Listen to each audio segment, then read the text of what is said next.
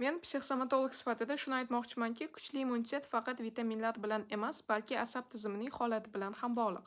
Doimiy stress, ichda yig'ilgan xafagarchilik, xavotir va yetarlicha dam olmaslik organizmni zaiflashtiradi. Natijada esa inson tez-tez shamollaydi va kasalliklar uzoq davom etadi. Immunitetni yuqori ushlab turish uchun kuniga kamida 7-8 soat sifatli uyqu oling. Har kuni harakat qiling va toza havoda sayr qiling. Oziqlanishda oqsil, sabzavot va foydali yog'larga e'tibor qarating.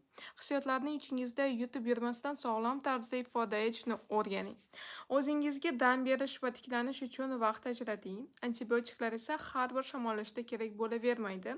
Ko'plab virusli kasalliklarda organizm to'g'ri dam, suyuqlik, yaxshi parvarish va kuchli immunitet yordamida o'zi tiklanadi. Antibiotiklarni faqat shifokor tavsiyasi bilan qabul qilish kerak.